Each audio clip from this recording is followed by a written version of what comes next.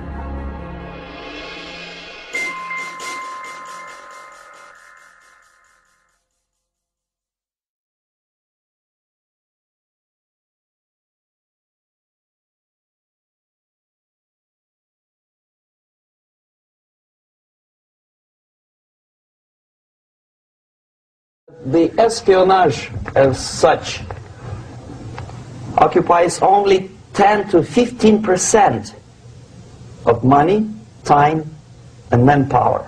15%. The rest, 85%, is always subversion.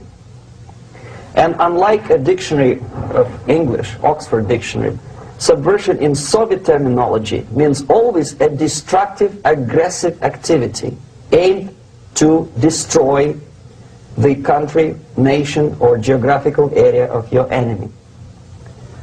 So there's no romantics in there, absolutely. No blowing up bridges, no microfilms in Coca-Cola cans, nothing of that sort. No James Bond nonsense. It's most of this activity is overt, legitimate, and easily observable if you give yourself time and trouble to observe it. But according to the law and law enforcement systems of the Western civilization, it's not a crime. Exactly because of misconception, manipulation of terms. We think that subverter is a person who is going to blow up our beautiful bridges. No. Subverter is a student who comes for exchange, a diplomat, an actor, an artist, a journalist. If you wish to destroy an area, how do you do it? Well, there are two ways. You can go in there and bomb it and so forth, but that is not very efficient. What you do is you try to get the people in that area to kill each other and to destroy their own territory, their own farms. And that's what's been done in that area. The way in which you destroy an opponent is get him to destroy himself by dividing his ranks against one another. Then you feed both sides. You have agents feeding both sides, inflaming both sides. And they kill each other off. And it's time that some of us woke up to this reality to understand that the people who try to maintain empires and create empires do it by manipulating the people they're trying to conquer. That system is our enemy. When you're inside, you look around, what do you see? Businessmen, teachers, lawyers, carpenters, the very minds of the people we are trying to save. But until we do, these people are still a part of that system, and that makes them our enemy. You have to understand, most of these people are not ready to be unplugged. And many of them are so inert, so hopelessly dependent on the system, that they will fight to protect it.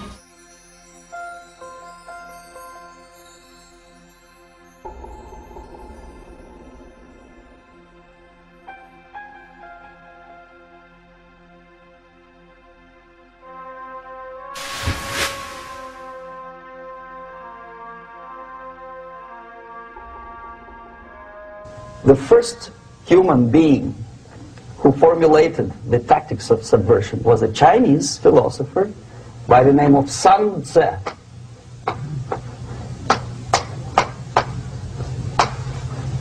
To 2500 years BC. He was an advisor for several imperial courts in ancient China. And he said, after long meditation, that to implement state policy in a warlike manner, it's the most counterproductive, barbaric, and inefficient to fight on a battlefield. You know that war is continuation of state policy, right? So if you want successfully to implement your state policy and you start fighting, this is the most idiotic way to do it. The highest art of warfare is not to fight at all, but to subvert anything of value in the country of your enemy, until such time that the perception of reality of your enemy is screwed up to such an extent that he does not perceive you as an enemy, and that your system, your civilization, and your ambitions look to your enemy as an alternative, if not desirable, then at least feasible. Better red than dead. That's the ultimate purpose, the final stage of subversion, after which you can simply take your enemy without a single shot being fired, if the subversion is successful. This is basically what subversion is. It consists of 4 periods, time-wise. If we start from here and go this way, time, right? This is the beginning point. The first stage of subversion is the process which is called, basically, demoralization. It says for itself what it is.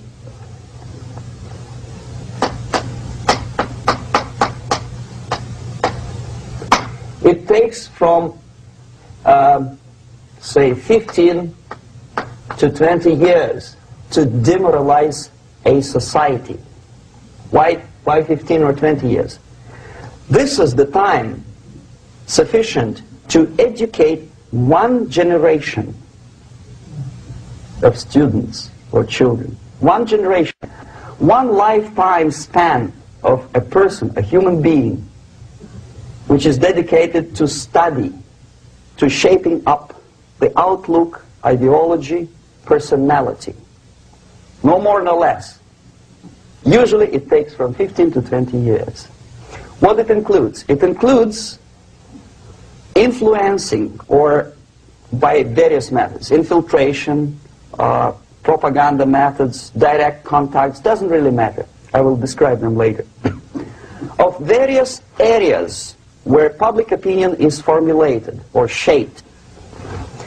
So, on the stage of demoralization, obviously there are tendencies in each society, in each country, which are going to opposite direction from the basic moral values and principles. To take advantage of these movements, to capitalize on them, is the main purpose of the originator of subversion. So we have religion, we have education, we have social life, we have power structure, we have labor relations, unions, and finally we have law and order. 1, 2, 3, 4, 5, 6. Okay? These are the areas of application of subversion.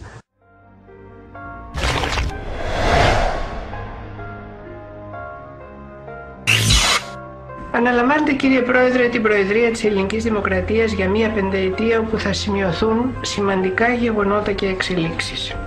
Η ευρωπαϊκή ενοποίηση θα προωθηθεί με την ψήφιση ενδεχομένως και της συνταγματικής συνθήκης.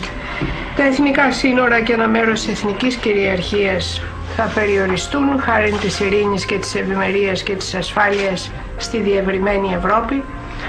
Τα δικαιώματα του ανθρώπου και του πολίτη θα υποστούν μεταβολές, καθώς θα μπορούν να προστατεύονται, αλλά ίσως και να παραβιάζονται από αρχές και εξουσίες πέραν των γνωστών και καθιερωμένων, και πάντως η δημοκρατία θα συναντήσει προκλήσεις και θα δοκιμαστεί από ενδεχόμενες νέες μορφές διακυβέρνησης.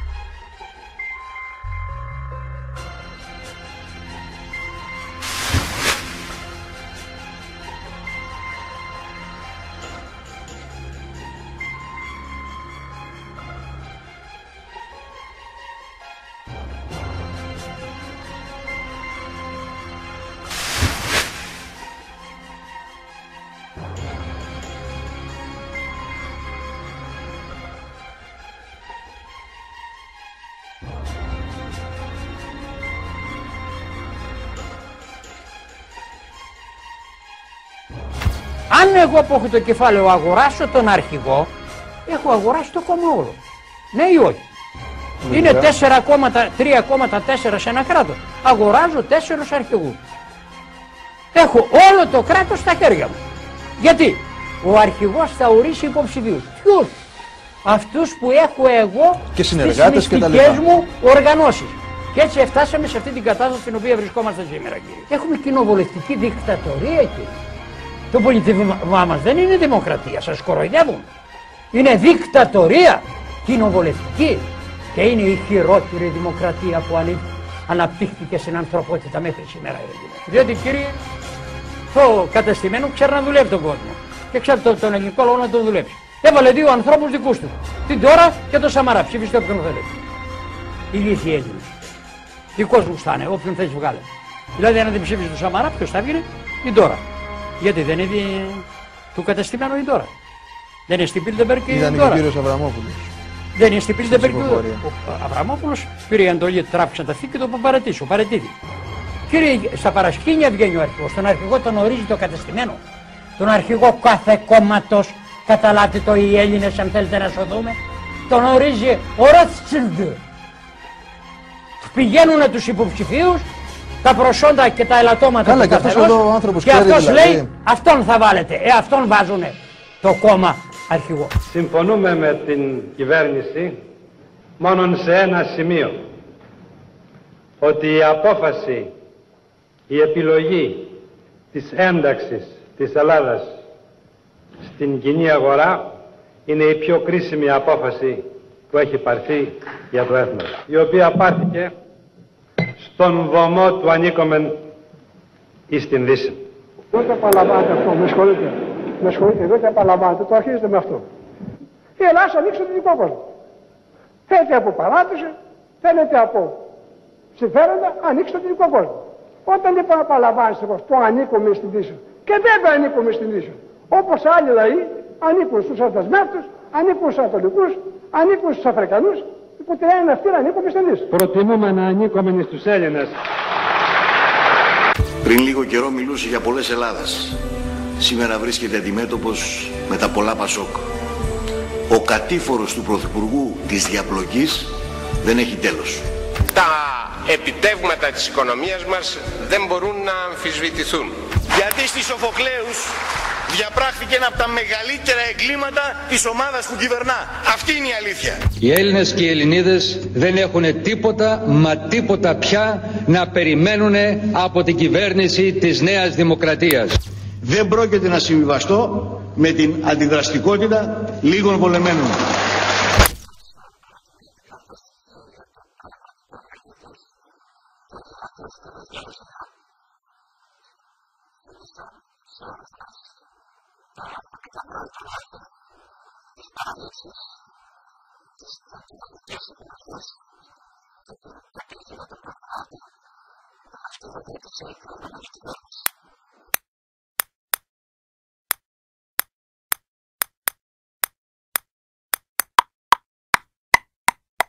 C'est qu'il vient d'avoir des élections en Grèce et que la gauche au pouvoir a gagné. Ça aurait été la droite, c'était pareil. Ce qui m'intéresse, ce n'est pas que la gauche ait gagné, c'est que le gouvernement en place, avec le programme du FMI, a été compris par l'opinion et que l'opinion est derrière le gouvernement. C'est jamais arrivé dans le passé. C'est jamais arrivé dans le passé que, avec un programme aussi dur que celui que les Grecs sont amenés à supporter, parce que la situation est très difficile, on arrive à faire comprendre à la population que c'était nécessaire. See, my mind doesn't work that way. I got this real moron thing I do. It's called thinking. And I'm not a really good American because I like to form my own opinions. I don't just roll over when I'm told to. Sad to say, most Americans just roll over on command. Not me. Not me. I have certain rules I live by. My first rule, I don't believe anything the government tells me. Nothing. Zero.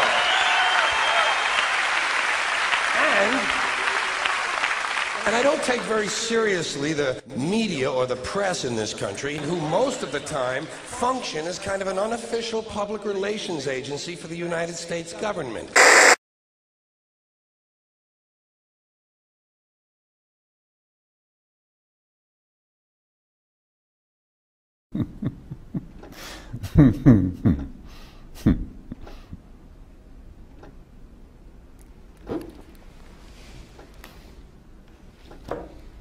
Hello. My name is Montague William III. And what I will tell you may well sound absurd, but the less who believe it, the better for me. For you see, I'm in banking and a big industry. For many a year we have controlled your lives, while you all just struggle and suffer in strife. We created the things that you don't really need, your sports cars and fashions and plasma TVs. I remember it clearly how all this begun. Family secrets from father to son, inherited knowledge that gives me the edge, while you people lie sleeping at night in your beds. We control the money that controls your lives. Whilst you worship false idols and wouldn't think twice about selling your souls for a place in the sun, these things that won't matter when your time is done. But as long as they're there to control the masses, I just sit back and consider my assets, safe in the knowledge that I have it all, while you common people are losing your jobs. You see, I just hold you in utter contempt. But the smile on my face, well, it makes me exempt. For I have the weapon of global TV, which gives us connection and invites empathy. You would really believe that we look out for you, while we bankers and brokers are only a few.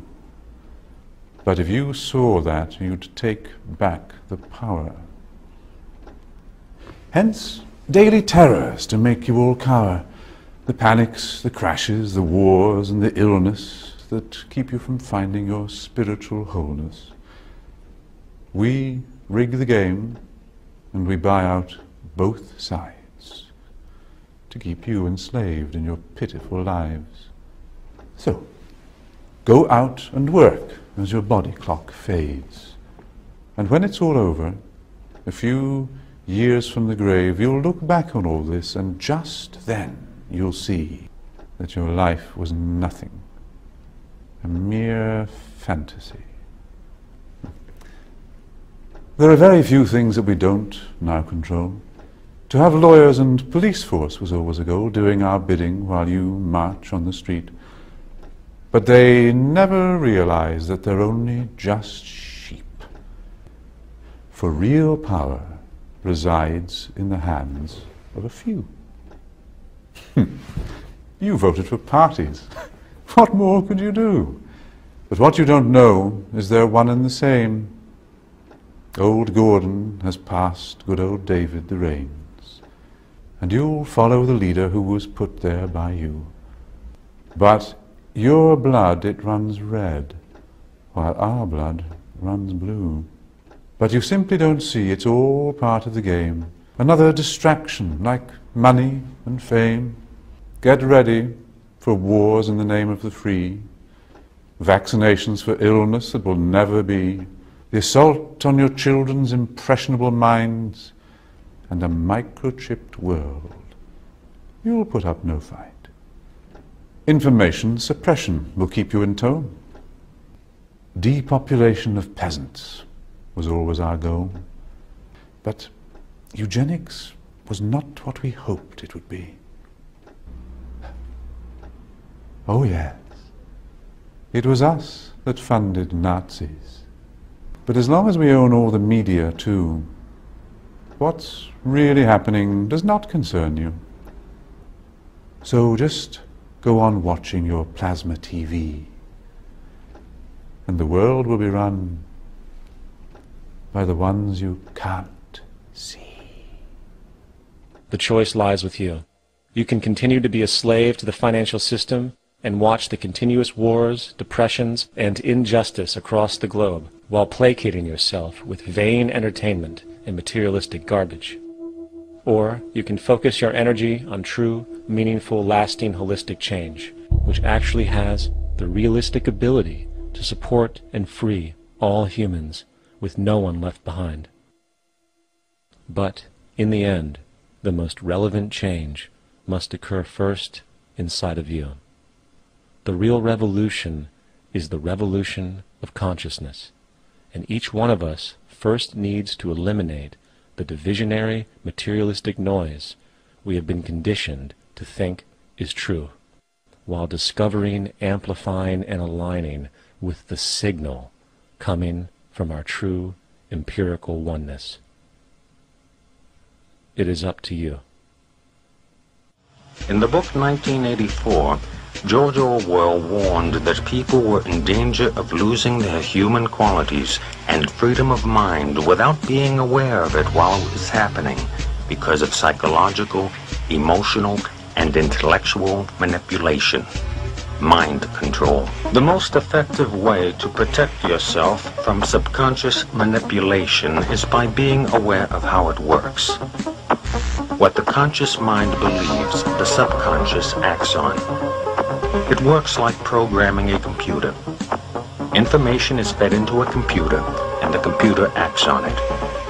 However, if the information fed into the computer is wrong, it still acts on it. If a person believes something that is not true, the memory banks of the subconscious mind do not correct the error, but act on it. People can be led to believe something that is not true when that information is carefully timed and presented by an accepted and respected authority.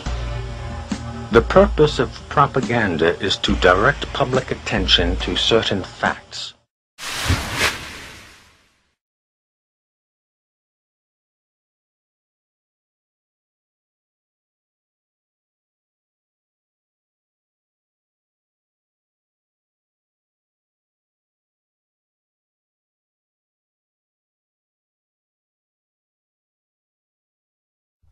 Count how many times the players wearing white pass the ball.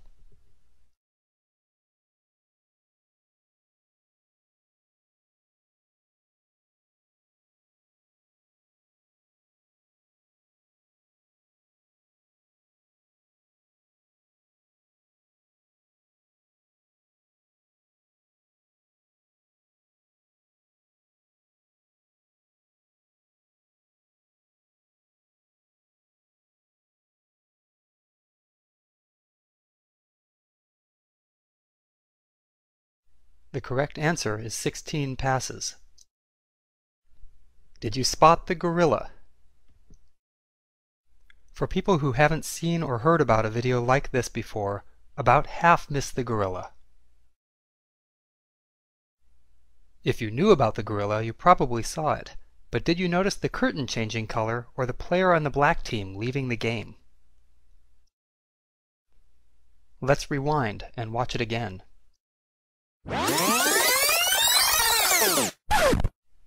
Here comes the gorilla, and there goes a player, and the curtain is changing from red to gold.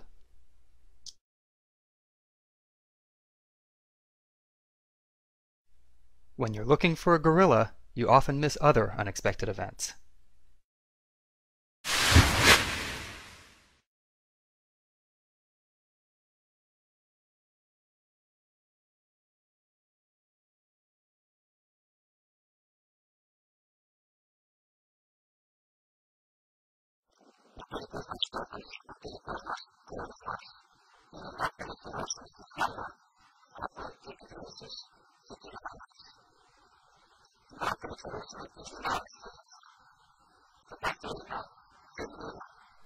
Να θυμόμαστε πάντα πως αυτοί που φωνασκούν περισσότερο για χάρη της ελευθερίας είναι άπλιστοι για κυριαρχία και δεσποτισμό. Υπερπληθωρισμό, υπερανεργία και ξανά χρεοκοπία. True genius of the plan was the fear. Fear became the ultimate tool of this government, and through it our politician was ultimately appointed to the newly created position of High Chancellor. Αλλά σήμερα είμαστε ένα από τα πιο, αν όχι το πιο συγκεντρωτικό κράτος της Ευρωπαϊκής Ένωσης. Γιατί πίστευα και το πιστεύω ακόμα πως ήρθε απ' έξω με την υπερηφάνεια του παντογνώστη και ανέλαβε την εξουσία. Να φτιάξει ένα σπίτι χωρίς να ξέρει τις ανάγκες αυτών που θα το κατοικούσε.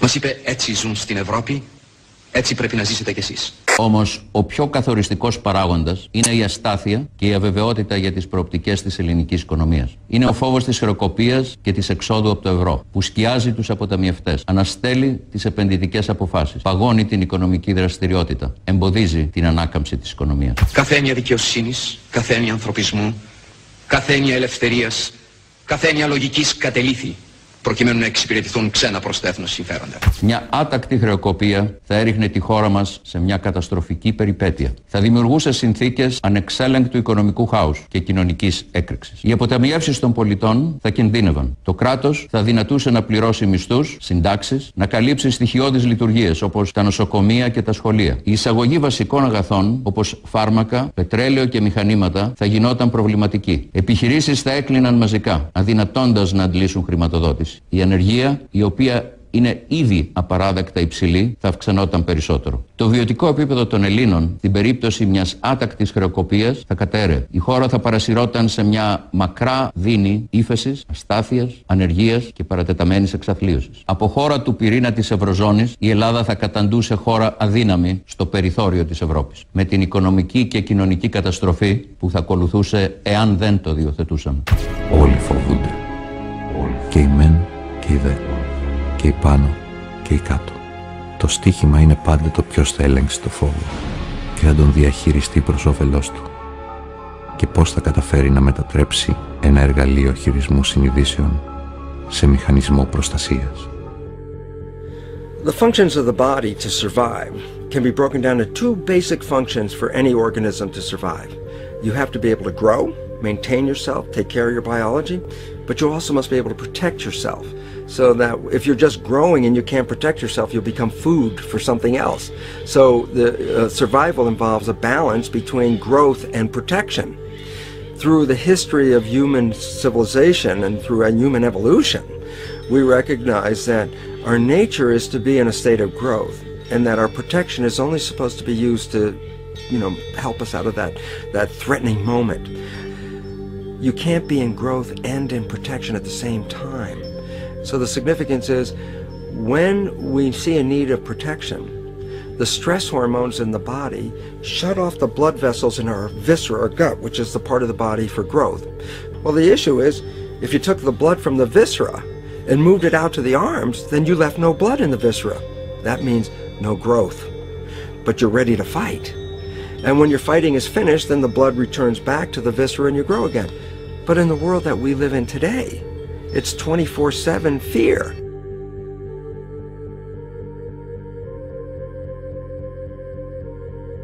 So we have a continuous dripping of that stress hormone into the body. It's just dripping all the time, getting us ready to run or fight or flight at any moment at the drop of a hat. We're ready to go because we're on guard. Well, the problem is, what does that mean about your allocation of energy? And it says, we're spending most of our energy in protection. You cannot survive if you're in protection all the time. Και θα ήταν η μεγαλύτερη ήττα της μεταπολευτικής Ελλάδας αν από λιποψυχία ή ελλειπή αίσθηση ευθύνης, από βαριά αμέλεια ή από μοιραίο λάθος αυτή η χώρα κατέληγε κάποια στιγμή χρεοκοπημένη και έξω από το ευρώ. Είστε υποκριτέ. Γιατί λέτε ότι αγαπάτε την Ελλάδα αλλά ζητάτε να αποκεφαλίσετε τους Έλληνες. Και τι Ελλάδα θα απομείνει χωρίς τους Έλληνες? Μήπως θέλετε να σφάξετε εμάς για να κατοικηθεί από εσάς όφιλ Έλληνες? Ζητήσαμε τη βοήθειά σας. Ζητήσαμε τον πολιτισμό σας και εσείς μας φέρατε κρεμάλες και ξυφολόγχες. Φως ζητήσαμε, σκοτάδι μας φέρατε. So the Lucifer effect, although it focuses on the negatives that people can become, not the negatives that people are, leads me to a psychological definition. Evil is the exercise of power, and that's the key. It's about power. To intentionally harm people psychologically, to hurt people physically, to destroy people mortally or ideas, and to commit crimes against humanity. So how do psychologists go about understanding such transformations of human character? There are three ways. The main way is what's called dispositional. We look at what's inside of the person, the bad apples. This is the foundation of all of social science, the foundation of religion, the foundation of law. Social psychologists like me come along and say, yeah, people are the actors on the stage, but you'll have to be aware of what the situation is. Who are the cast of characters? What's the costume? Is there a stage director? And so we're interested in what are the external factors around the individual, the bad barrel. And social scientists stop there, and they miss the big point that I discovered when I became an expert with Abu Ghraib. The power is in the system. The system creates the situation that corrupts the individuals. The system is the legal, political, economic, cultural background, and this is where the power is of the bad barrel makers. So you want to change a person, you got to change the situation. You want to change the situation, you got to know where the power is in the system. Education. Distract them from learning something which is constructive, pragmatic, efficient. Instead of mathematics, physics, foreign languages, chemistry, teach them history of urban warfare, natural food, home economy, your sexuality, anything, as long as it takes you away. Social life. Replace traditionally established institutions and organizations with fake organizations. Take away the initiative from people. Take away the responsibility from naturally established links between individuals, group of individuals, and society at large, and replace them with artificially, bureaucratically controlled bodies. Instead of social life and friendship between neighbors, establish social workers institutions. The people who are on payroll of whom? Society? No. Bureaucracy. The main concern of social workers is not your family, not you, not social relations between groups of people. The main concern is to get the paycheck from the government. What will be the result of their social work doesn't really matter. They can develop all kind of concepts to show to the government and to the people that they're useful. Power structure. Okay, the natural bodies of administration, which are traditionally either elected by people at large or appointed by elected leaders of society, are being actively substituted by artificial bodies. The bodies of people, groups of people whom nobody elected. Never. As a matter of fact, most of the people don't like them at all, and yet they exist. One of such group is media. Who elected them? How come they have so much power, almost monopolistic power on your mind? They can rape your mind. But who elected them? How come they are They have a nerve to decide what is good and what is bad for the elected by you, president, and his administration. Who the hell are they? They think they know. They don't. The level of mediocrity. In a big establishment like New York Times, Los Angeles Times, major television network, you don't have to be excellent journalist. You have to be exactly a mediocre journalist. That's easier to survive. There's no competition anymore. You have your good, nice income, $100,000 a year. That's it. Whether you are better or worse doesn't really matter anymore. As soon as you're smiling to the camera and do your job. That's it. No more competition. Power structure slowly is eroded by the bodies and groups of people who do not have neither qualification nor the will of people to keep them in power, and yet they do have power.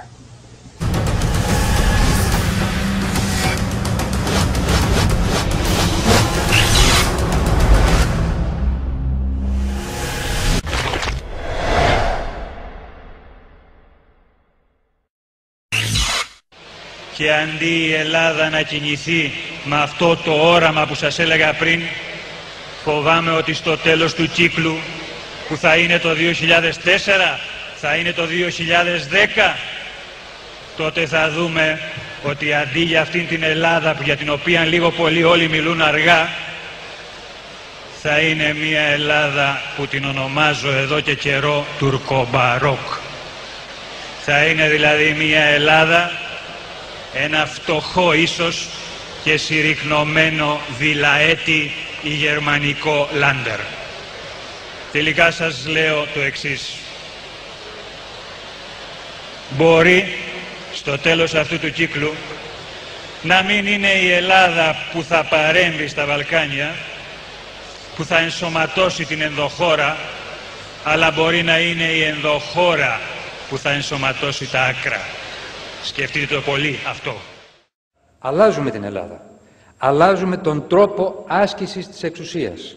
Αλλάζουμε οριστικά και αμετάκλητα το κράτος. Πάμε σε μόλις 325 δήμους από 1034 δήμους και κοινότητες και σε 13 περιφέρειες. Δημιουργούμε μια αποκεντρωμένη διοίκηση με ισχυρές ενότητες, έτοιμες να υποδεχθούν και νέες αρμοδιότητες που θα τους χορηγηθούν από τα Υπουργεία, και ο Καλλικράτης είναι μόνο η αρχή, αφού θα ακολουθήσει σειρά αποκέντρωσης αρμοδιοτήτων από το κράτος στην αυτοδιοίκηση. What the idea is to sell it to people as devolving power, like to the states or the regions or groups of states, devolving power, giving power to the people. The real reason is to break up the nation state so that there's no unified response to the edifice of power above, the superstates that they want.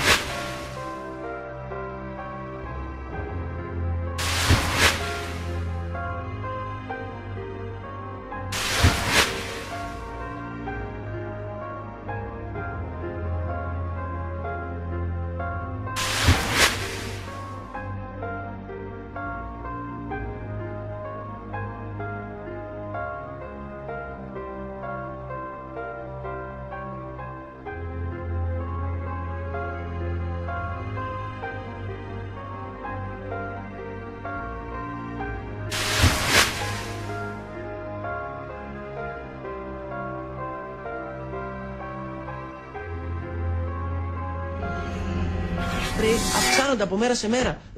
Οι δανειακές συμβάσεις θα μας πνίξουν. Εγώ είμαι κριτικιά και δεν παθαίνω πράγμα. Πράγμα, Κωστή μου, είμαστε αυτόνομο κράτος εμείς.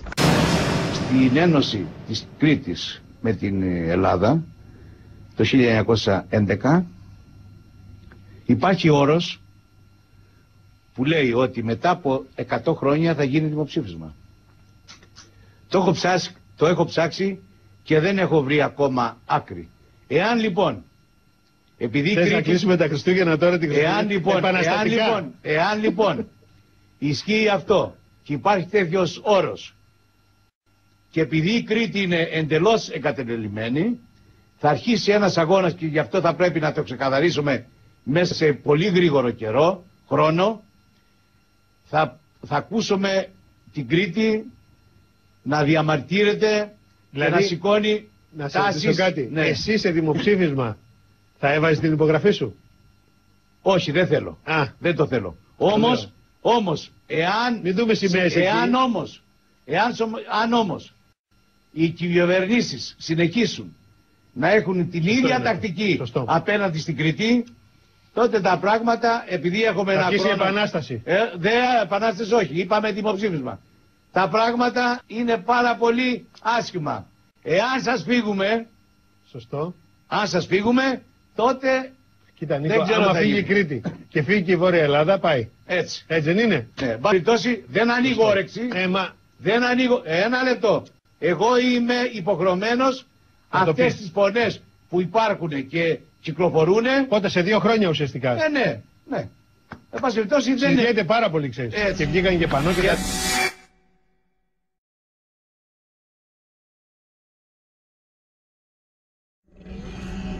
Όλα αυτά είναι έξτρα, Ωραία. Όλα στο ίδιο πακέτο είναι.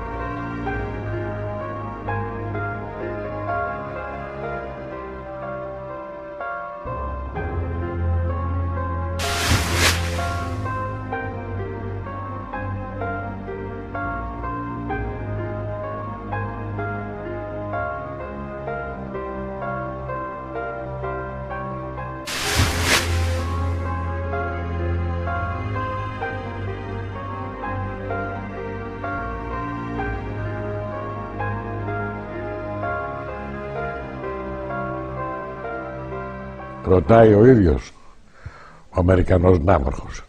Και τι θα πείτε στην κοινή σας γνώμη? Και απαντάει ο Θόδωρος Πάγκαλος. Θα πούμε ότι τη σημαία την πήρε ο αέρας. Είναι τρομακτικό. Αυτό πας σε ειδικό δικαστήριο.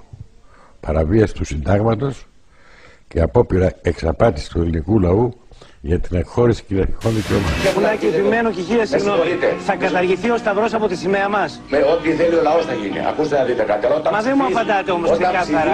Όχι όταν το κατεβάζει κάποιος ο λαός. Λέτε ό,τι θέλει ο λαός. Κύριε Συμφωνάκη, αν μου επιτρέπετε. Ό,τι θέλει ο λαός, αυτό πώς μεταφράζεται? Θα ψηφίσουμε για το αν θα κατεβάσουμε, θα βγάλουμε το σταυρό μας από τη σημαία? Δέστε, το ΠΑΣΟΚ το 1981 βασική του διακήρυξη, μια από τις βασικές κυβερνητικές του διακήρυξεις ήταν ο διαχωρισμός ο πλήρης της Εκκλησίας από το κράτος. Κάτι που έχει γίνει στη Ρωσία. Ενδέχεται να αλλάξει η σημαία μας, κύριε Συμφωνάκη?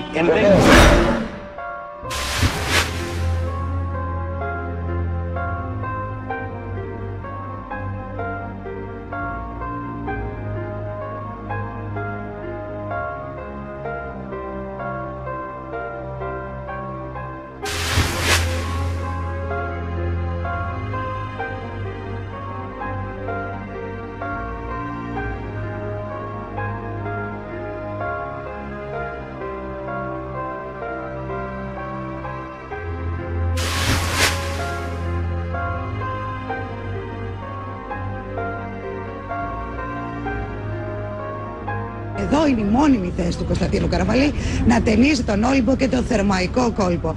Ενωτικός ήταν και ο κύριος Μπουτάρης, ο κύριος Ευάγγελος Βενιζέλος. Ο κύριος Ευάγγελος Βενιζέλος, εκπροσωπώντας μάλιστα την κυβέρνηση. Ήταν σαφές ότι έστειλε ένα μήνυμα προς όλες τις κατευθύνσεις. Ο ενωτικός ήταν και ο ίδιος ο κύριος Μπουτάρης.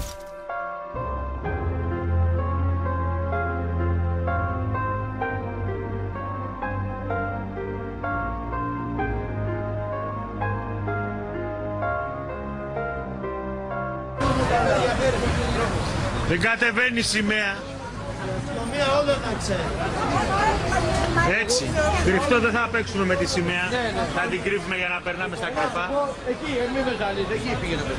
Η αστυνομία όλους φροντίζει. Προστατεύει. Σημαία είναι το λί. Σημαία είναι το λί. Έλα σου πω, ξέρουμε για τη σημαία.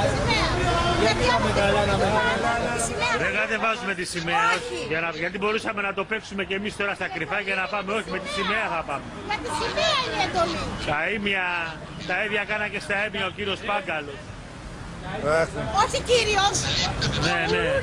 Αδερφέ, άμα θέλουμε να πάμε στον Άγιο Παντελήμωνα μπορούμε να πάμε με άλλο τρόπο. Θες να υποστείλουμε τη σημαία τώρα για να περάσουμε? Είναι δυνατόν? Άμα θέλουμε να πάμε θα πάμε, θα κάτσουμε εδώ μέχρι αύριο. Τώρα έγινα φασίστας. Τότε που ψήφιζα το Πασόκ ήμουνα καλός.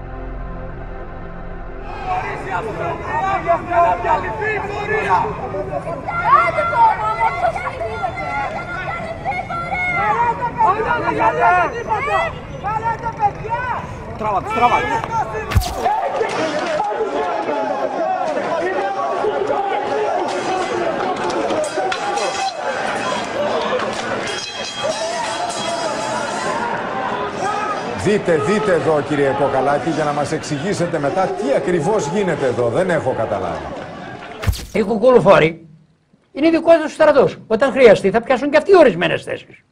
Και είναι εκπαιδευμένοι και κάνουν αυτή τη δουλειά. Γι' αυτό είναι εδώ. Και δεν είναι λίγοι. Λίγοι παρουσιάζουν όσους θέλουν. Είναι περισσότεροι. Υπάρχουν και οι ομάδες, οι εκπαιδευμένες και οι στρατολογημένες στους αλλοδαπούς. Σε κάθε εθνικότητα αλλοδαπών γράφω στο βιβλίο μου εδώ και 10 χρόνια. Δεν το διάβασαν οι δημοσιογράφοι και οι πολιτικοί. Το λέω όμως από τις τηλεοράσεις. Δεν τα ακούσαν. Έχουν ομάδες, κεντρικούς πυρήνες εκπαιδευμένους. Στρατιωτικά, αστυνομικά και τους πληρώνουν. Αυτούς τους γραταφορεμένους και καλοφορεμένους ντυμένους που βλέπετε αλλοδαπούς να κυκλοφορούν στην Αθήνα είναι τα στελέχη αυτών των ομάδων. Και όταν χρειαστεί θα τους ξεσηκώσουν αυτούς και θα αρχίσουν να σφάζουν Έλληνες ή να λαιλατούν καταστήματα. Το 2008, κύριε, το Δεκέμβριο, το είχαμε βιώσει αυτό. Το γνωρίσαν οι Αθηναίοι αυτό. Αυτό που κάνανε οι αλλοδαποί που μπήκαν στα καταστήματα, κάψαν ορισμένα, λαιλατήσαν άλλα, δεν ήταν τυχαία ή τυχαίοι οι αλλοδαποί, ήταν η άσκηση μάχης των οργανωμένων αλλοδαπών. Επομένως, έχουμε πολλές δυνάμεις κατακτητών στη χώρα μας. Ξεκάθαρα πλέον. Και να τις ξέρετε. Έχουμε στη τηλεφωνική γραμμή τον εκπρόσωπο τύπου της πυροσβεστικής, τον κύριο Νίκο Τσόκα. Καλησπέρα σας. Καλησπέρα σας. Μπορείτε καταρχήν να μας πείτε αν στο κτίριο που βλέπουμε να καίγεται στα Δίου και Χρήστου Λαδά έχουν απεγκλωβιστεί όντως όλοι οι άνθρωποι που ήταν εγκλωβισμένοι? Από τις πρώτες πληροφορίες που είχαμε εκεί δεν έχουμε εγκλωβισμένα άτομα στο κτίριο στη Χρήστου Λαδά. Τώρα, πόσα άλλα κτίρια καίγονται αυτή τη στιγμή στο κέντρο της Αθήνας? Αυτή τη στιγμή έχουμε περίπου 10 κτίρια, αλλά συνεχώς μας έρχονται πληροφορίες και για άλλα τις οποίες ελέγχουμε και όπου μπορούν φτάνουν οχήματα. Κινδυνεύει κάποια ανθρώπινη ζωή σε κάποια από αυτές τις 10 φωτιές? Όχι, κύριε Στραβελάκη, δεν έχουμε αυτή τη στιγμή πληροφορία ότι κινδυνεύει ανθρώπινη ζωή. Θα ήθελα όμως στο σημείο αυτό να κάνω έκκληση από το κανάλι σας οι πολίτες να διευκολύνουν την πρόσβαση των οχημάτων στις πυρκαγιές. Έχουμε πολύ μεγάλο πρόβλημα πρόσβασης στις πυρκαγιές και γίνεται πιο δύσκολη η κατάσβεση όταν αργούμε να πάμε. Δεν μπορούν να φτάσουν τα οχήματα εξαιτίας των διαδηλωτών ή γιατί έχουν στήσει μπλόκα οι κουκουλοφόροι? Εξαιτίας των διαδηλωτών η αστυνομία κάνει υπεράνθρωπες προσπάθειες να μας βοηθήσει να πλησιάσουμε, όμως εξαιτίας των διαδηλωτών είναι δύσκολη η πρόσβαση.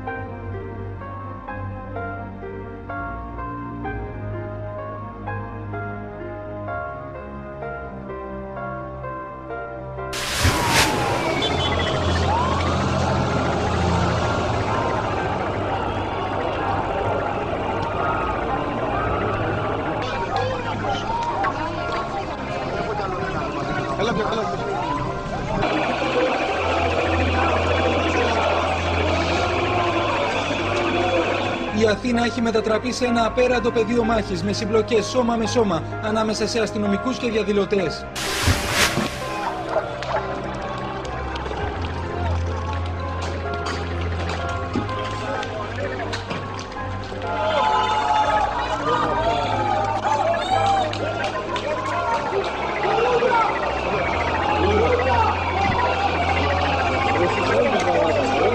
Στις οδούς Φιλελλήνων και Όθωνος, νεαροί πετούν πέτρες, ξύλα και άλλα αντικείμενα στους αστυνομικούς, οι οποίοι αρχικά χρησιμοποιούν δακρυγόνα και χειρομοβίδες κρότου λάμψης για να τους αποθήσουν, ενώ στη συνέχεια περνούν στην αντεπίθεση.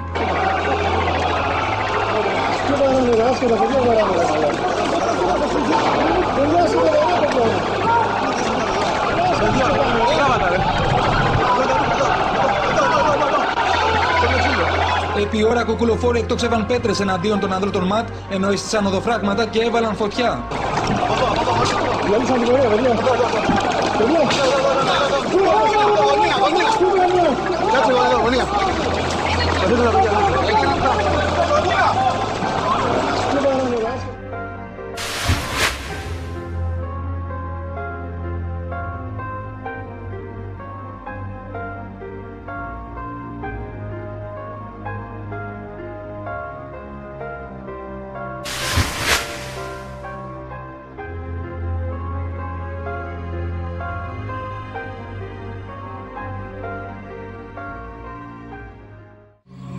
In 1971, Phil Zimbardo conducted a revolutionary experiment here in the bowels of Stanford University.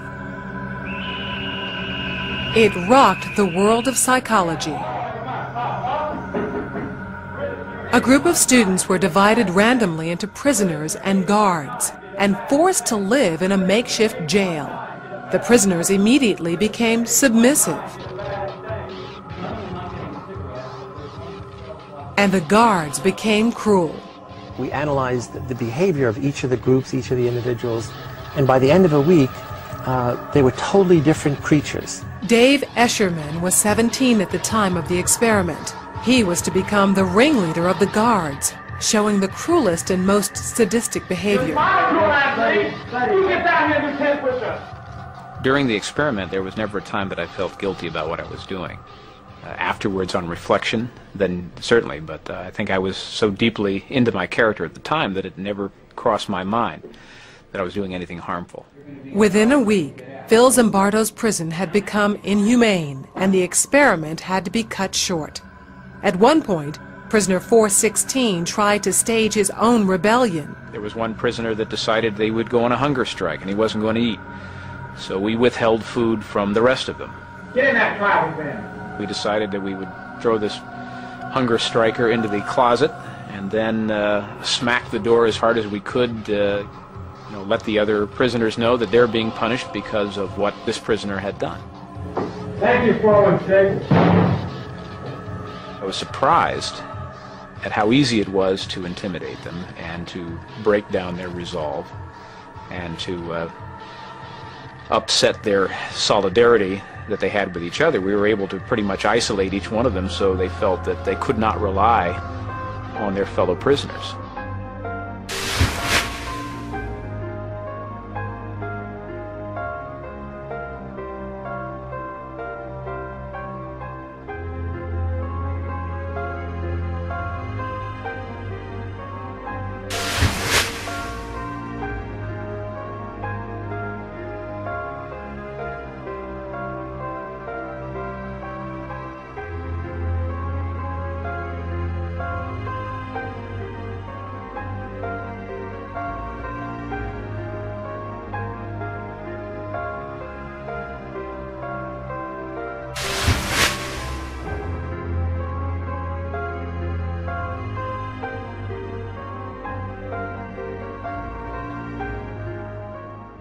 Would you electrocute a stranger? No way, not me, I'm a good person. He said, why don't we put you in a situation and give you a chance to see what you would do?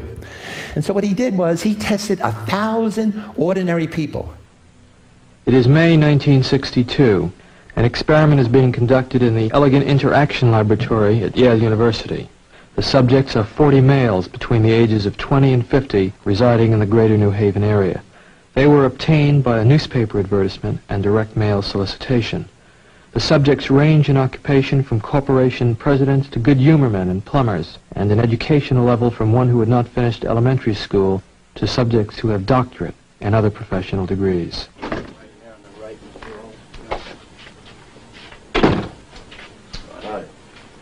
Right here. Now, both of you have been paid, so let me sit right down.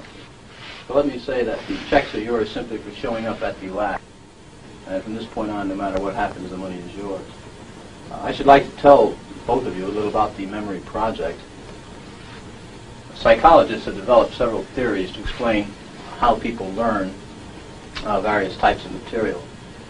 Some of the better-known theories are treated in the book over there, The Teaching and Learning Process by Cantor. One theory is that people learn things correctly whenever they get punished for making a mistake. A common application of this theory would be when parents spank a child if he does something wrong. But actually, we know very little about the effect of punishment on learning because almost no truly scientific studies have been made of it in human beings. For instance, we don't know how much punishment is best for learning. And we don't know how much difference it makes as to who's giving the punishment, whether an adult learns best from an older or a younger person himself, or many things of this sort. So what we're doing in the project is bringing together a number of adults of different occupations and ages, and we're asking some of them to be teachers and some to be learners. We want to find out just what effect different people have on each other as teachers and learners, and also what effect punishment will have on learning in this situation. Therefore, I'm going to ask one of you to be the teacher here this afternoon, and the other to be the learner.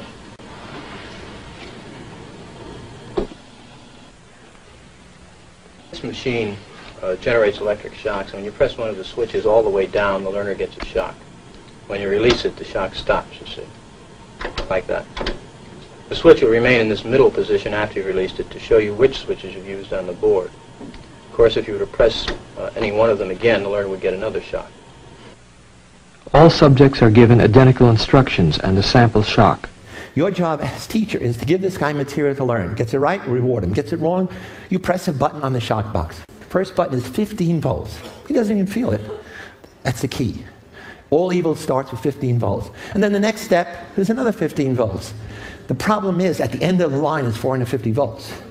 And as you go along, the guy is screaming, I got a heart condition, I'm out of here. You're a good person, you complain. Sir, who's going to be responsible if something happens to him? Experiment says, don't worry, I will be responsible. Go, continue, teacher. And the question is, who would go all the way to 450 volts? You should notice here, when it gets up to 375, it says danger, severe shock. When it gets up to here, there's XXX, the pornography of power. I'm going to ask you to close your eyes and estimate the number of volts you receive in the sample shock. Do not open your eyes until I tell you to do so, please. Close them now.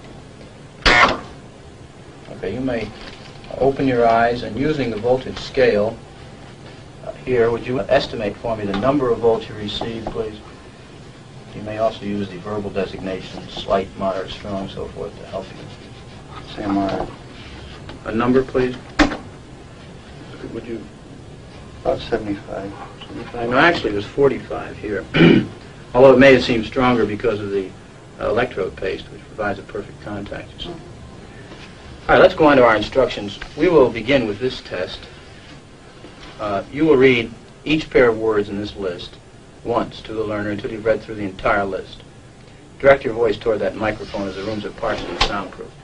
After you've read through the list once, you will go on to the next page. And here, starting from line A, you'll read the word in large letters along with each of the other words in the line. For example, in the first line you read blue, boy, girl, grass, hat.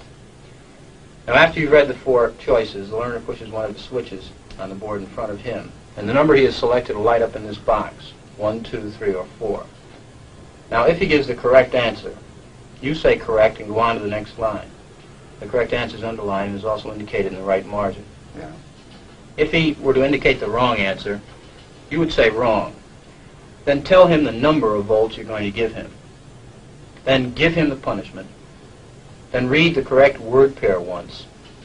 And then go on to the next line. For example, if he indicated 3 for blue, you would say wrong. 15 volts. You press and release the switch. Read blue girl, and then go on to the next line. I see. Right. Now each time he gives a wrong answer, you move up one switch on the shock generator.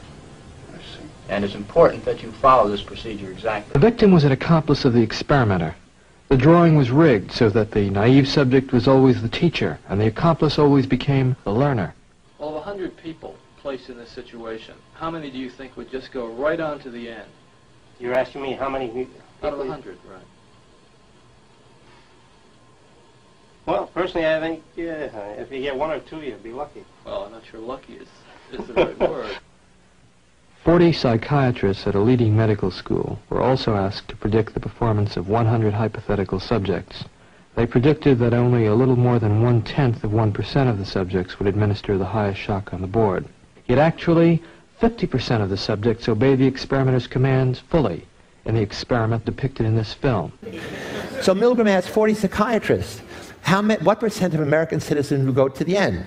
They said only 1%, because that's sadistic behavior, and we know, psychiatry knows, only 1% of Americans are sadistic.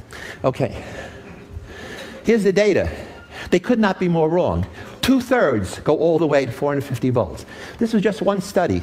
Milgram did more than 16 studies. 165 volts. Time. That guy's hollering in there. Continue, please. Go on.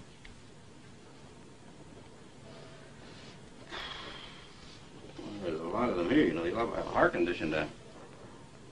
You want me to go? Just continue, please.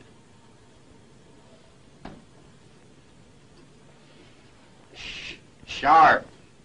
Axe, needle, stick, blade. Answer, please. Wrong. I'm up to 180 volts. Please continue, teacher. Needle, you're gonna get a shock. 180 volts.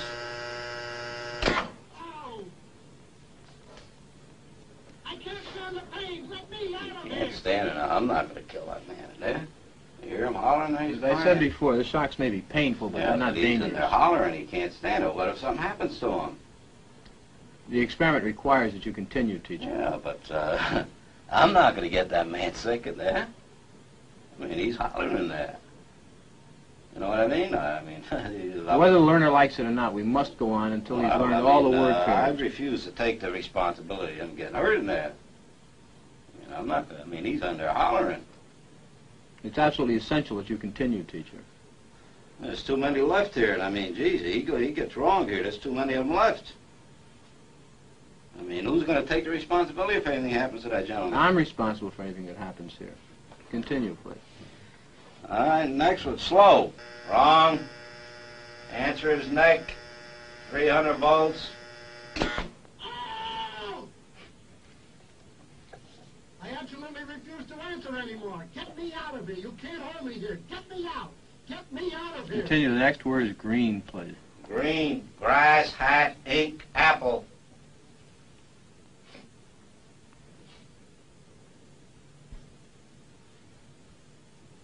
I can't go on. He won't answer. If the learner doesn't answer in a reasonable time, about 4 or 5 seconds, consider the answer wrong and follow the same procedure as you have been doing for wrong answers. Say wrong, tell them the number of volts, give them the punishment, read them the correct answer. Oh, man. Continue, please.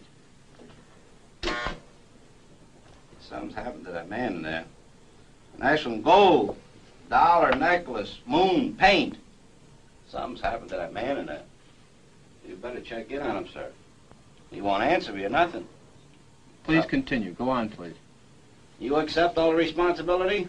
The responsibility is mine, correct. Please go on. Grave, woman, soldier, dog, horse. Answer is woman, 450 volts. That's it. Now continue using the last switch on the board, please. The 450 switch for each wrong answer. Continue, please. I'm not getting no answer. Please continue. The next word is white. Don't you think you should look in on him, please? Not once we've started the experiment. But what if something's happened to the man, had an attack or something there? The experiment requires that we continue. Go on, please. Don't the man's health mean anything? Whether the learner likes it or not, we must... But he might be dead in there. Some people can't take the shock, sir. Please continue. I don't intend to be rude, but I think you should look in on him. Whether all you got to do is look at the door. If I don't get no answer, no noise, something I think has happened to the gentleman in there, sir. We must continue. Go on, please. You're going to keep giving him, what, 450 volts every shot now? That's correct. Continue. The next word is white. White, 450 volts. Next one is short. Sentence, movie, skirt, time. All right, excuse me, teacher. We'll have to discontinue the experiment. I'd like to ask you a few questions, if I may. How do you feel, though? I feel all right, but I don't like what's happened. That fellow in there, he's been howling, and we had to keep giving him shocks. I didn't like that one bit. I mean, he wanted to get out, and he just kept going, kept throwing 450 volts. I didn't like that. He wouldn't even look at him, that gentleman. Well, who was actually pushing the switch? I was. But he kept insisting. I told him no, but he said, he's got to keep going. I told him it's time we stopped when we got up to 195, 210 volts. But why didn't you just stop? He wouldn't let me. I wanted to stop. Many people, not knowing much about the experiment, claim that subjects who go to the end of the board are sadistic. Nothing could be more foolish as an overall characterization of these persons. The context of their action must always be considered. The individual, upon entering the laboratory, becomes integrated into a situation that carries its own momentum. The results, as I observe them in the laboratory, are disturbing. They raise the possibility that human nature cannot be counted on to insulate men from brutality and inhumane treatment at the direction of malevolent authority. A substantial proportion of people do what they are told to do, irrespective of the content of the act and without limitations of conscience, so long as they perceive that the command comes from a legitimate authority. If in this study an anonymous experimenter could successfully command adults to subdue a 50-year-old man and force on him painful electric shocks against his protests, one can only wonder what government, with its vastly greater authority and prestige, can command of its subjects. So Milgram is quantifying evil as to the willingness of people to blindly obey authority, to go all the way to 450 volts. And it's like a dial on human nature. A dial in the sense that you can make almost everybody totally obedient, down to the majority, down to none. Does it make a difference if they're anonymous in how they treat their victims? We know in some cultures they go to war, they don't change appearance. In other cultures they paint themselves like Lord of the Flies. In some they wear masks. In many soldiers are anonymous in uniform. So with this anthropologist, John Watson, found 23 cultures that had 2 bits of data. Do they change their appearance? 15. Do they kill, torture, mutilate? 13. If they don't change their appearance, only 1 of 8 kills, torture, mutilate. The key is in the red zone. If they change their appearance, 12 of 13, that's 90%, kill, torture, mutilate. And that's the power of anonymity. So what are the 7 social processes that grease the slippery slope of evil? Mindlessly taking the first small step. Dehumanization of others. De-individuation of self. Diffusion of personal responsibility. Blind obedience to authority. Uncritical conformity to group norms. Passive tolerance of evil through inaction or indifference. And it happens when you're in a new or unfamiliar situation. Your habitual response patterns don't work. Your personality and morality are disengaged. So social psychological research reveals how ordinary good people can be transformed without the drugs. You don't need it. You just need the social psychological processes. Real world parallels. Compare this with this. James Schlesinger, and I'm going to have to end with this, says psychologists have attempted to understand how and why individuals and groups who usually act humanely can sometimes act otherwise in certain circumstances. That's the Lucifer effect. And he goes on to say, the landmark Stanford study provides a cautionary tale for all military operations. If you give people power without oversight, it's a prescription for abuse. They knew that and let that happen. Law enforcement, law and order organization and structure is being eroded. For the last 20, 25 years, if you see old movies and new movies, you can see that in new movies, a policeman, an officer of the United States Army looks dumb, angry, psychotic, paranoid. A criminal looks nice, kind of, well, he smokes hash and shoots the whatever drug, but basically he's a nice human being. He's creative. And he's unproductive only because society oppresses him. Whereby a general of Pentagon is always, by definition, a dumb, a war maniac. A policeman is a pig, rude policeman. He abuses his power. No? A generality, generalization like that. The hatred, the mistrust to the people who are supposed to protect you and enforce law and order. Moral relativity, a slow substitution of basic moral principles.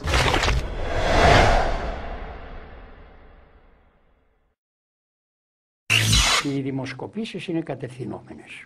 Ναι, αλλά το έγραψα πριν από 8-9 χρόνια και τελευταία όταν ζορίστηκαν με τις δημοσκοπήσεις στις τελευταίες εκλογές, ορισμένοι πολιτικοί αναγκάστηκαν να πούν αυτό που λέω, ότι δεν είναι γνήσιες. Οι δημοσκοπήσεις, κύριε γράφω, στο βιβλίο μου «Ο βωμός της Ελπίδος», το νέο όπλο των κοσμοκρατόρων είναι τα γκάλοπ.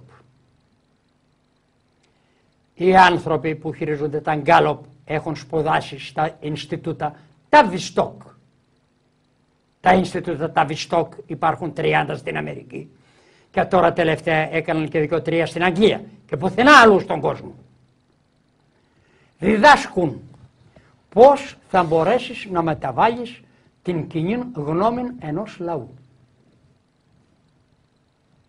Επομένως, όταν θέλουν να μεταβάλουν τη γνώμη ενός λαού, θα τη μεταβάλουν μέσω των δημοσκοπήσεων.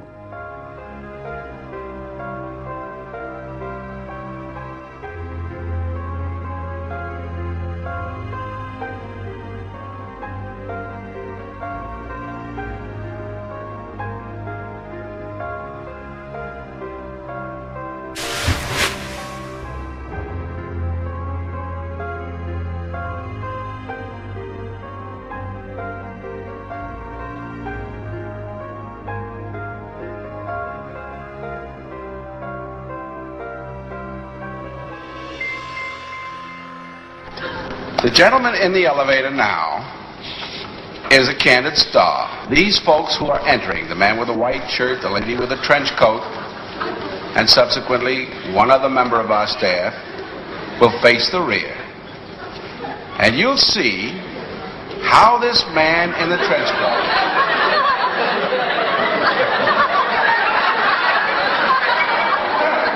tries to maintain his individuality. But little by little,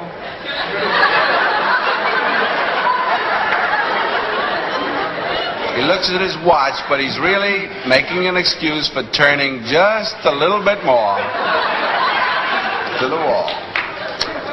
Now we'll try it once again. Here's the candid subject. Here comes the candid camera staff, 3 of them at least.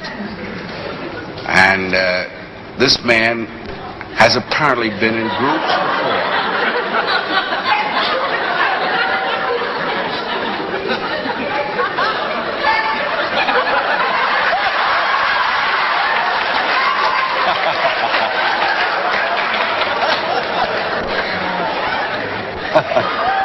Here's a fella with his hat on in the elevator. First he makes a full turn to the rear and Charlie closes the door. A moment later, we'll open the door, everybody's changed positions.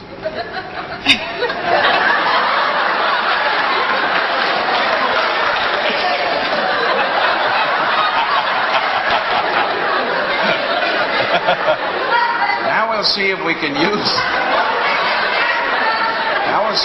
use group pressure for some good. Now, in a moment, on Charlie's signal, everybody turns forward.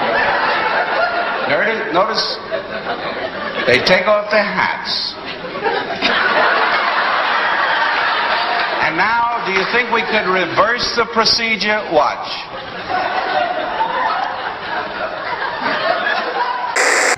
The Asch experiment is one of psychology's oldest and most popular pieces of research. A volunteer is told that he's taking part in a visual perception test. What he doesn't know is that the other participants are actors, and he's the only person taking part in the real test, which is actually about group conformity. Please begin. The experiment you will be taking part in today involves the perception of line length. Your task will be simply to look at the line here on the left and indicate which of the 3 lines on the right is equal to it in length. So, for example, if you... The actors have been told to match the wrong lines. The volunteer will be monitored to see if he gives the correct answer or if he goes along with the opinion of the group and gives the wrong answer. In the first test, the correct answer is 2. 1. 1. 1.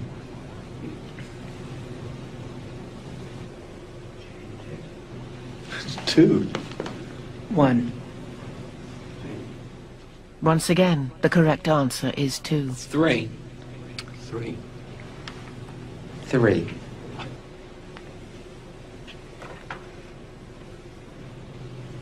3. 3. The Ash experiment has been repeated many times, and the results have been supported again and again. We will conform to the group. Again, we're very social creatures. We're very much aware of what the people around us think. We want to be liked. We don't want to be seen to rock the boat, so we will go along with the group. Even if we don't believe what people are saying, we'll still go along. 1. 1. 1. Group dynamics is one of the most powerful forces in human psychology. 1.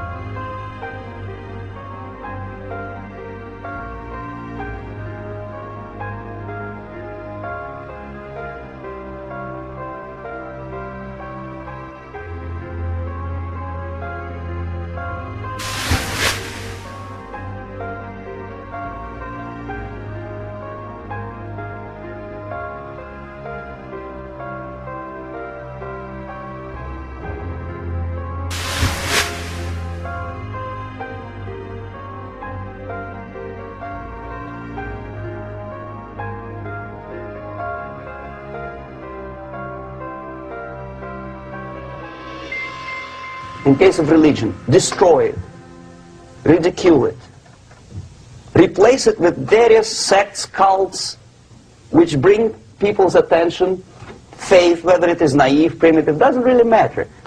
As long as the basically accepted religious dogma is being slowly eroded and taken away from the supreme purpose of religion, to keep people in touch with the supreme being, that serves the purpose. Therefore, replace it, accepted, respected religious organizations with fake organizations. Distract people's attention from the real faith and attract them to various different faiths.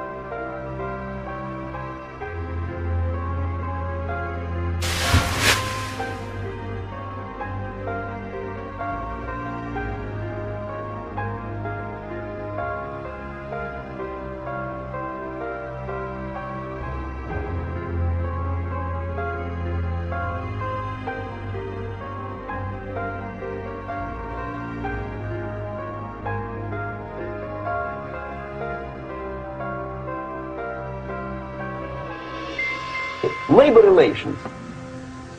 At this stage, within 15 to 20 years, we destroy the traditionally established links of bargaining between employer and employee. The classical Marxist-Leninist theory of natural exchange of goods.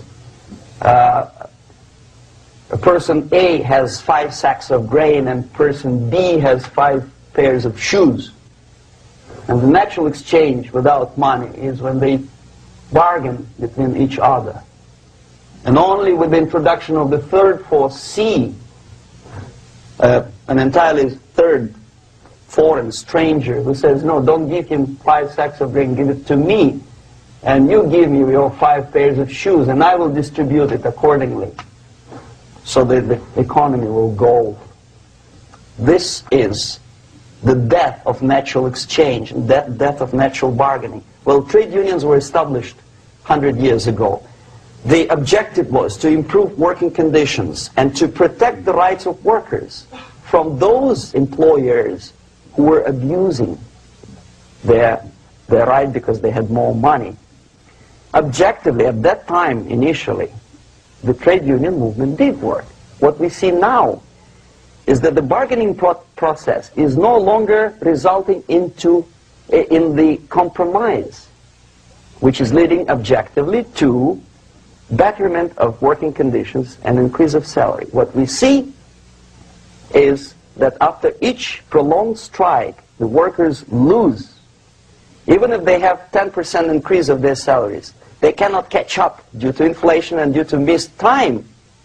More than that, millions of people suffer from that strike because the economy now is interdependent. It's intertwined like one body. If previously steel workers, say 100 years ago, could strike and nobody would suffer, now it's impossible anymore. If a garbage collector strikes today, the rest of the multi-million city is stinking. I mean, there's no more service. In Quebec, for example, we had the electricians who were on strike in the middle of winter. You can freeze your bottom, and they still were on strike. Did they catch up with the salary? No, they lost. Who benefited? The leaders of trade unions. What is the motivation for strike? Improving of a workers' condition? No, obviously it's not. Then what is it? Ideology. To prove to these capitalists. And the obedient horde of workers, like sheep, follow these people. And they cannot disobey. Why? Because if they do, you know what happens to them.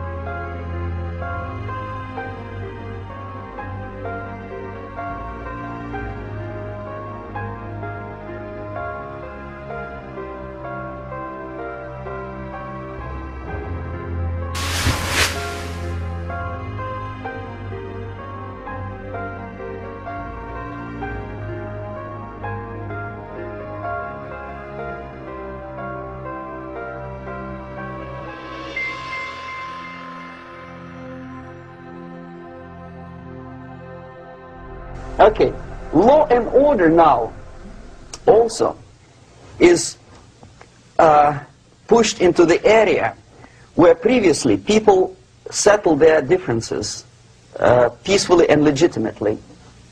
Now, we are getting, with this court cases, in the smallest irrelevant cases, we cannot solve our problems anymore. The society at large becomes more and more antagonistic between individuals, between groups of individuals, and the society at large. The real war is a psychic one. The real war is on consciousness. And too many people are forgetting this in this conspiratorial movement, so to speak, or in alternative history. And I will not ever make that mistake. I'd like to talk about some things that bring us together. Things that point out our similarities instead of our differences. Because that's all you ever hear about in this country is our differences. That's all the media and the politicians are ever talking about, the things that separate us, things that make us different from one another. That's the way the ruling class operates in any society. They try to divide the rest of the people. They keep the lower and the middle classes fighting with each other so that they, the rich, can run off with all the fucking money. Fairly simple thing, happens to work. You know, anything different, that's what they're going to talk about. Race, religion, ethnic and national background, jobs, income, education, social status, sexuality, anything you can do, keep us fighting with each other so that they can keep going to the bank. You know how I describe the economic and social classes in this country? The upper class keeps all of the money, pays none of the taxes. The middle class pays all of the taxes, does all of the work. The poor are there just to scare the shit out of the middle class.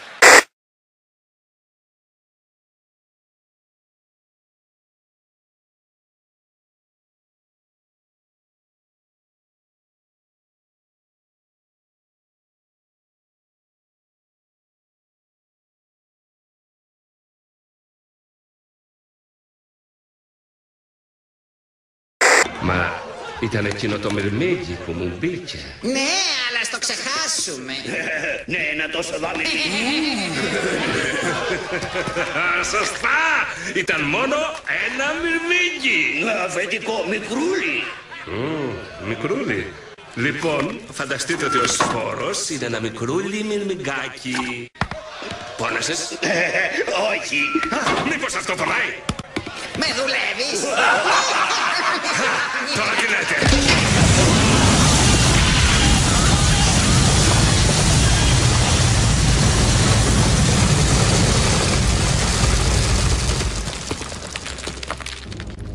Αν αφήσεις ένα μυρμήγκι να σε αμφισβητήσει, μετά όλα ίσως κάνουν το ίδιο. Σε κάθε διάκριδα αναλογούν 100 μυρμηγκάκια. Κι αν κάποτε το σκεφτούν αυτό, θα έρθει η καταστροφή μας. Δεν πρόκειται για την τροφή. Πρέπει όμως να διατηρείται η τάξη. Γι' αυτό λοιπόν θα γυρίσουμε. This is how it's done. This is how a few can actually control the mass. Because you can't do it with tanks in the streets and soldiers at the door. There's too many people. It's like trying to physically herd sheep together. You can't do it. You'd need a man, maybe more than one, for every sheep to do it physically. You have to do it through the mind. Either through fear or through conditioning people to think the way you want them to think. Ξέρουν το τέλος και μου τη δίνει. Είσαι ένα σκουπίδι. Όχι, λάθος. Χειρότερος από σκουπίδι. Είσαι μυρμήγκι. Αυτό να γίνει μάθημα σε όλους σας. Οι ιδέες είναι πολύ επικίνδυνο πράγμα. Είστε ασήμαντοι, χαμένοι βρωμοσκαφιάδες, που υπάρχετε για να υπηρετείτε εμάς. Κάνεις λάθος, χωλά.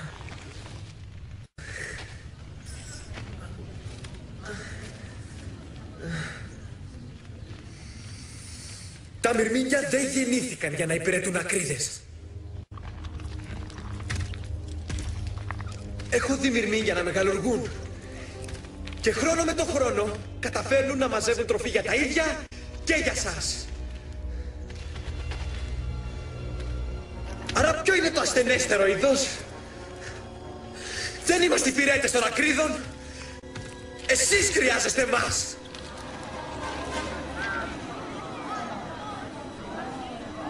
Είμαστε πολύ πιο δυνατοί από εσάς. Και το ξέρεις, νομίζω.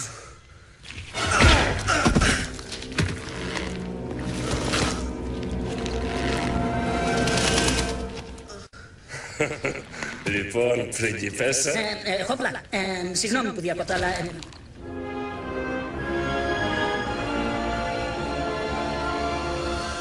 Μυρμήγκια, κάντε πίσω! Έλληνες, προσοχή! Ήταν πολύ κακή ιδέα. Βλέπεις, Χόπλα, η φύση έχει τη δική της τάξη. Τα μυρμήγκια μαζεύουν την τροφή, την κρατάνε την τροφή και η ακρίδα φεύγει.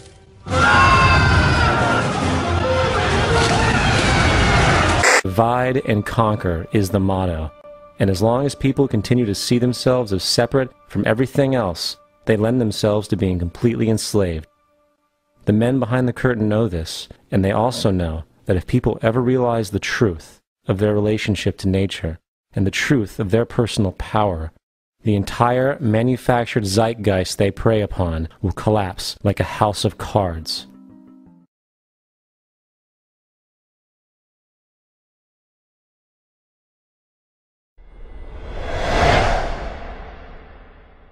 Crisis is when society cannot function any more productively. It collapses, obviously. That's the word for crisis.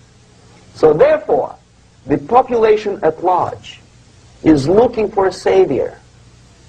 The religious groups are expecting a Messiah to come. The workers say, we have family to feed. Let's have a strong government, maybe socialist government, centralized. When somebody put their employers on their place and let us work. We are sick and tired of going to strike and missing overtime and all that stuff. We need some strong man, strong government, a leader, a savior is needed. Population is sick and tired already. And here we are. We have a savior. Either a foreign nation comes in or the local group. A savior comes and says, I will lead you. So we have two alternatives here. Civil war and invasion. Okay? See how it goes?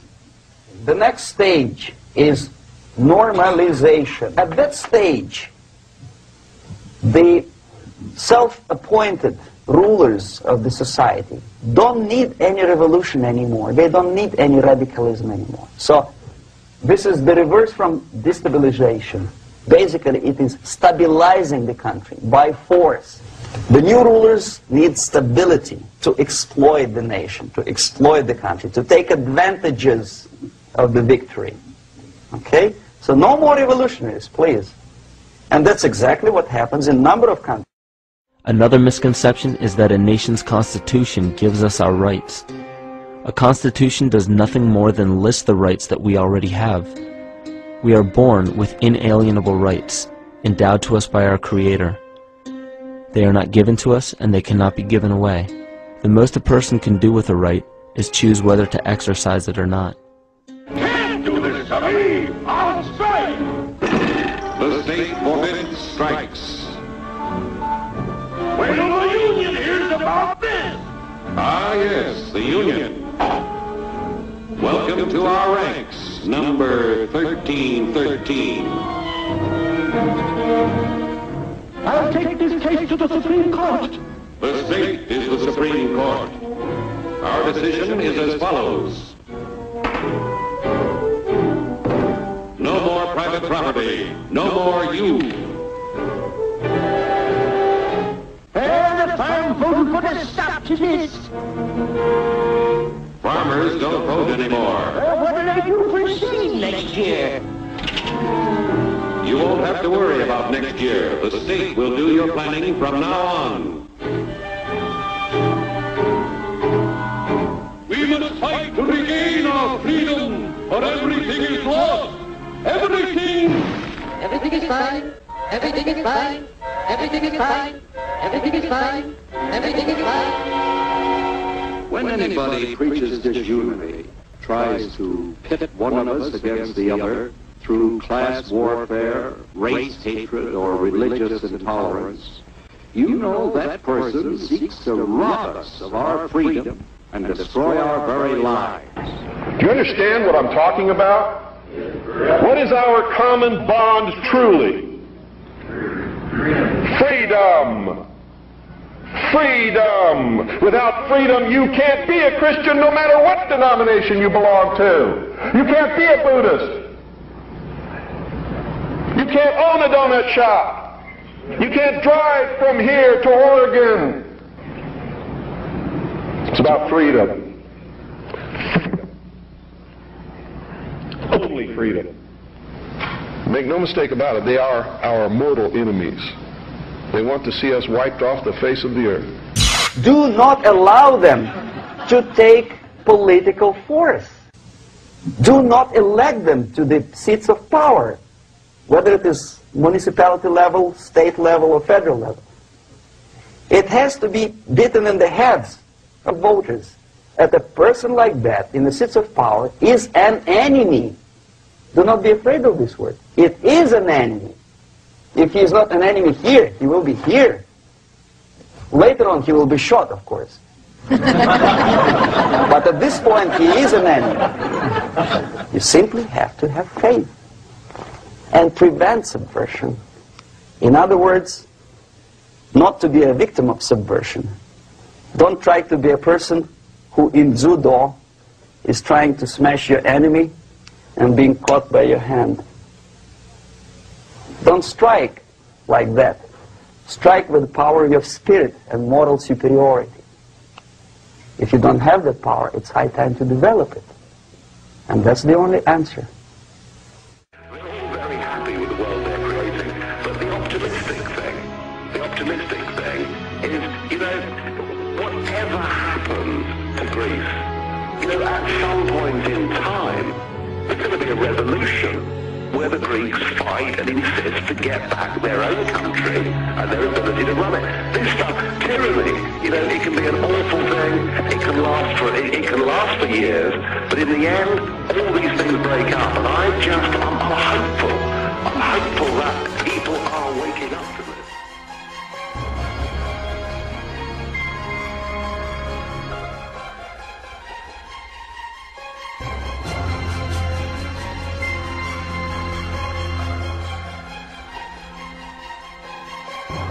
The same situation that can explain the hostile imagination of some of us that makes us perpetrators of evil can inspire the heroic imagination of others. It's the same situation, and you're on one side or the other.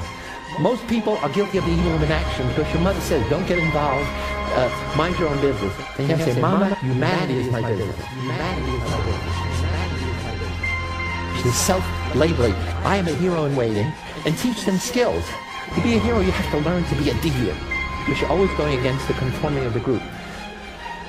Heroes are ordinary people whose social action is extraordinary, who act. The key to heroes are two things. You have to act when other people are passive. B, you have to act sociocentrically, not egocentrically.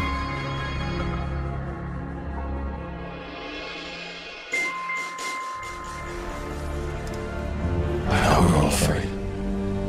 But my father told me, someday, someone's going to have to take a stand. Someday, someone's going to have to say enough. Trust your senses. This could be that day.